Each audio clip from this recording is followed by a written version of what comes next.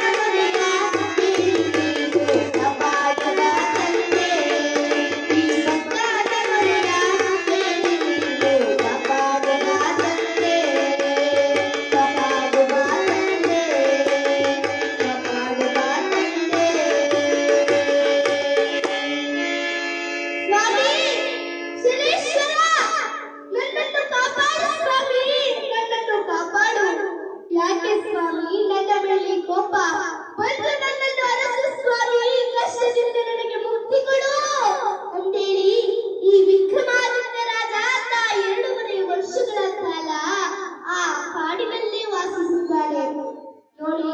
ಅದೇ ರೀತಿ ಆ ಕಾಡಿನಲ್ಲಿರುವ ಒಂದು ಸಂದರ್ಭದಲ್ಲಿ ಆ ಶನೀಶ್ವರನ ಆ ಮಹಿಮೆಯಿಂದ ಕಳ್ಳರು ಬಂದಿದ್ದಾರಂತೆ. ಈ ವಿಕ್ರಮಾದಿತ್ಯರಾದ ಮರವನ್ನೊರಗಿ ನಿದ್ರಿಸುತ್ತಿರುವ ಸಂದರ್ಭದಲ್ಲಿ ಬಂದು ಆ ರಾಜ ಉಡುಗೆ ತೊಡುಗೆಗಳನ್ನೆಲ್ಲ ಕದ್ದು ಹೋಗಿದ್ದಾರೆ ನೋಡಿ.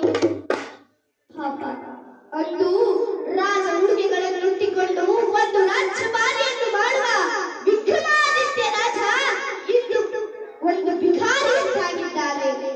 ಪಾಪ ನೋಡಿ, ಶನೀಶ್ವರನ ಲೀಲೆ ಇಲ್ಲೇ ತಿಳಿದುಕೊಳ್ಳಿ ಎಷ್ಟು ಅಪಾರವಾಗಿದೆ ಎಂದು. ಇದನ್ನು ರಾಜನನ್ನು ಕಳ್ಳನಾಗಿ ಮಾಡುತ್ತಾರೆ, ಕಳ್ಳನನ್ನು ರಾಜನಾಗಿ ಮಾಡುತ್ತಾರೆ. ಇದೇ ಇಂಥದ ಲೀಲೆ. ಕಣ್ಣು ಮುಚ್ಚಿ ಬಿಡುವಷ್ಟರಲ್ಲಿ ಏನು ಬೇಕಾದರೂ ಮಾಡುತ್ತಾನೆ ಅಂತ. ಈ ವಿಕ್ರಮಾದಿತ್ಯ ರಾಜ ಪಾಪ ಕಾಡಿನಲ್ಲಿ ಸಿಕ್ಕಿದ್ದನ್ನೆಲ್ಲ ತಿಂದು 2.5 ವರ್ಷಗಳ ಕಾಲ ಕಳೆದಿದ್ದಾರೆ ಆ ಕಾಡಿನಲ್ಲಿ. ಸ್ವಾಮಿ, ಆ ಶನೇಶ್ವರನ ಒಂದು ಮಹಿಮೆಯಿಂದ ಈತನಿಗೆ ಒಂದು ಕಪ್ಪು ಹಲಗೆಯ ಮೇಲೆ ತಾಮಳಿಂದ ನಗರ ಎಂದು ಬರೆದಿರುವ ಒಂದು ದಾರಿ ಸಿಗುತ್ತದೆ ನೋಡಿ. ಆಹಾ ಶನೀಶ್ವರ, ನನ್ನ ಮೊರೆ ಈಗಲಾದರೂ ಕೇಳಿದ್ದೇನೆ ಸ್ವಾಮಿ ಶನೇಶ್ವರ ಇಂತೇಳಿ ಭಗವಂತನನ್ನು ಸ್ಮರಿಸುತ್ತಾ ಆ ದಾರಿಯನ್ನೇ ಹಿಡಿದು ಹೋಗುತ್ತಿದ್ದಾರೆ. ದಾರಿ ಹೋಗಕ್ಕನಾಗಿ ಹೋಗ್ತಾ ಹೋಗ್ತಾ ಹೋಗ್ತಾ ಹೋಗ್ತಾ ಆ ಒಂದು ತಾಮಲಿಂದ ನಗರಕ್ಕೆ ಸೇರುತ್ತಾನೆ. ಈ ವಿಕ್ರಮಾದಿತ್ಯ ದೊರೆ ತಾಮಲಿಂದ ನಗರಕ್ಕೆ ಸೇರುವಾಗ ನೋಡ್ದ ಜನ, ತುಂಬಾ ಜನ ಗಿಜಿಗಿಜಿ ಅಂತ ಇದ್ದಾರೆ ಆ ತಾಮಲಿಂದ ನಗರದಲ್ಲಿ.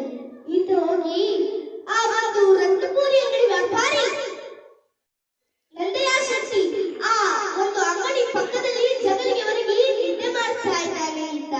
ಪಾಪ ನಡೆದು ನಡೆದು ನಡೆದು ನಡೆದು ಅವನಿಗೆ ಆಯಾಸವಾಗಿದೆ.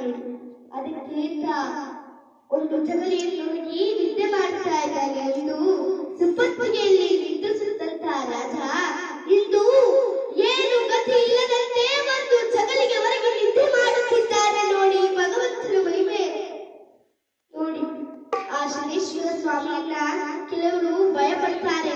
ಅಯ್ಯೋ ಶನೀಶ್ವರ ನಮಗೆ ಭಯವಾಗುತ್ತಪ್ಪ, ನಾನು ಪ್ರೀತಿಸಲ್ಲ, ನಂಗೆ ತುಂಬಾ ಭಯ ಆಗುತ್ತೆ ಏನಾರ ಮಾಡ್ಬಿಡ್ತಾರೆ. ಇಲ್ಲ, ಸ್ವಾಮಿಯನ್ನ ಪ್ರೀತಿಯಿಂದ ಭಕ್ತಿಸಿದ್ರೆ ಅವನು ಸಕಲ ಕಲ ವಲ್ಲಭನಾಗಿ ಆರೋಗ್ಯ ಭಾಗ್ಯವನ್ನು ನೀಡಿ ಅಷ್ಟೈಶ್ವರ್ಯ